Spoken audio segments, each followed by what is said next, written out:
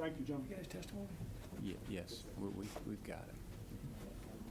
Yeah. And if you just state your name and where you're from, and then give us a brief statement of what you Certainly. want us to know. My name is Nancy Kane, and I have lived in Georgia for 20 years.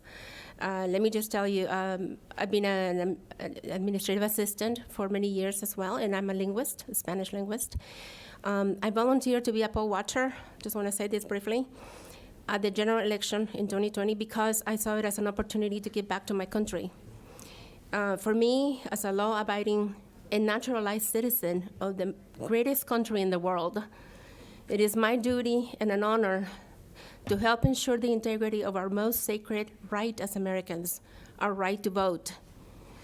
So let me just tell you, I lost my job because of COVID-19, and I saw it as an opportunity also to fully be engaged in this election and do my part. So I started working as a poll watcher at the advanced voting at the Lower Roswell Road, Marietta location. I was also a poll monitor during the processing of absentee ballots, and a poll watcher on election day. So let me just tell you what I observed briefly and what raised flags to me that something was wrong as well. Around 10 a.m. on November 5th, I arrived at the State Farm Arena, Fulton County Board of Elections, to witness the vote counting of absentee ballots. Upon arrival, I was not asked to present my credentials, but I identified myself. I was told where to sit, and I sat on a table right in the media cameras, and everybody was right behind me. Shortly thereafter, I just noticed to my right, a young man just with a paper ballot punching in the selections on the ballot on a voting machine. I go, how strange is that? Why not put it through the scanner? So I asked the supervisor, what is he doing? Can you explain to me? And he said, sure, what we're doing right now is after the military ballots or are transcribed on a proper format, or ballots that come in damaged, we try to salvage those, he says. So we're just, transferring them to a new ballot, and then this is the process, this is the procedure that we're doing. So it's still very strange to me that it would not be put through a scanner, because when this young man was doing that, nobody was verifying what he was doing behind him. So technically, he was voting for someone else on a voting machine, but nobody was, trying to verify what he was doing. So I took video and I took pictures, and I also recorded my conversation with the supervisor with that explanation. I also told them that I noticed that none of the people there had credentials on. And he said, oh, many of them don't have. And that's my brother right there, the one that was doing the voting for someone else. It just seems so out of not following protocol to me, I left shortly thereafter when I heard that the counting was over, the counting of votes was over. So I went to DeKalb County facility. And when I got there, again, I identified myself to another poll watcher who walked me around. This was a very strange facility. All the rooms were whatever was happening there was segregated, and behind closed doors. And I saw that the poll watchers were many feet away from what was happening, not able to observe closely. And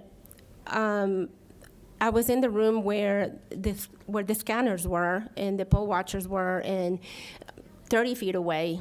How could they possibly see what's going on? There was another table where they were duplicating the votes, the military votes. And I asked, why are you duplicating those? And I understand that some of the military votes, they vote online, so they had to be in the proper format. Okay, again, nobody was looking at that close enough, to see if they were doing it correctly. I spoke to my fellow poll watchers, and they were very frustrated that they were not able to see. An attorney for the city came to me and said, "You need to move." Maybe because I was too close to where the scanners were, behind these glass doors. And so I said, well, I've been a poll monitor, I said, and I was able to move around, walk around. And why is it that the other monitors here or poll watchers are not able to do the same? And I showed him the statute of Georgia that says that we're able to do that.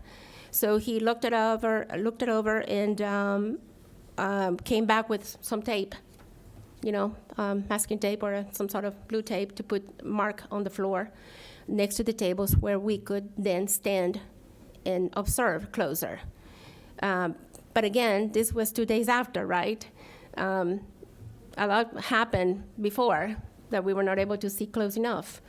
So that's what happened. That's what the major observations for me is just appalling, really, what's happened. And I just want to say I'm heartbroken, hurt, appalled, angry at the level of fraud and irregularities that we are witnessing in this election, and especially ashamed that this is happening in the state of Georgia. I ask you to please do your job as elected officials, the job that we have entrusted you to do, and ensure the integrity of the vote for the American people, who on November 3rd, we look forward to casting our votes. Because as of now, we feel completely disenfranchised, and it is as if our vote did not count, was nulled. And I know I speak for the 74 million Americans who voted for Donald J. Trump, the best president this country has ever had. And I'm proud of my country, and I'm speaking from my heart. And what is happening in our country is a travesty, and we cannot allow it. We cannot accept it. So thank you so much for listening to me today and to all of us. Really appreciate it, and I hope that you do the right thing. Thank you so much for being here. We appreciate your time. Okay, I know that there are some senators that would like to